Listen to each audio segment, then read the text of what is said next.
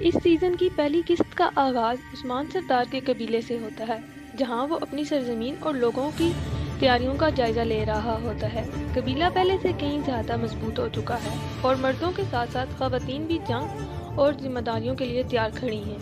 عثمان سردار ایک نئی حد قائم کرنے کا ارادہ رکھتے ہیں، مگر اس حد کا مقصد اور راز ابھی تک سب سے چھپا ہوا ہوتا ہے۔ اسی دوران عثمان کے بیٹے اور آنے والے وارث اورحان کی واپسی دکھائی جاتی ہے۔ اورحان اپنے والد کے نظریے اور مشن کو سمجھنے کی کوشش کرتا ہے اور اپنے الفاظ میں عثمان سردار کے راستے پر چلنے کا عزم کا ارادہ کرتا ہے۔ علاء الدین بھی اسی قسط میں نمایاں نظر آتا ہے، جو کہ عثمان سردار کا دوسرا بیٹا ہے۔ وہ اپنے الفاظ اور سوچ سے ثابت کرتا ہے کہ عثمان سردار کی ترتیب اگلی نسل میں منتقل ہو چکی ہے۔ اس کے جملے آنے والے وقت کی جھلک دکھاتے ہیں۔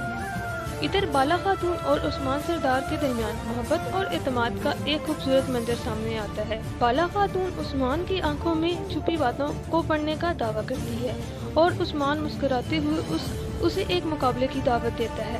یوں عثمان اور بالا کے درمیان ایک دور کا مقابلہ ہوتا ہے، جو صرف رفتار کا نہیں بلکہ اعتماد اور قربت کا امتحان بن جاتا ہے۔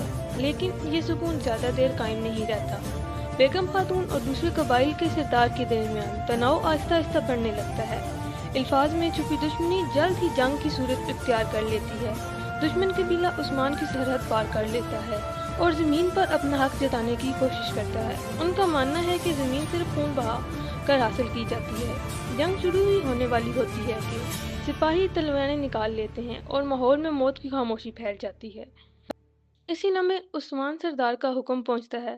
عثمان کے جانشین اورحان واضح اعلان کرتا ہے کہ ترک قبائل کے درمیان اب جنگ نہیں ہوگی۔ عثمان سردار چاہتے ہیں کہ اختلافات تلوار سے نہیں بلکہ دیوان میں حل کیے جائیں گے، اور وہ یہ بھی بولتا ہے کہ عثمان سردار کا کہنا ہے جو دیوان میں حاضر نہیں ہوگا اس کی قیمت وہ خود چکائے گا۔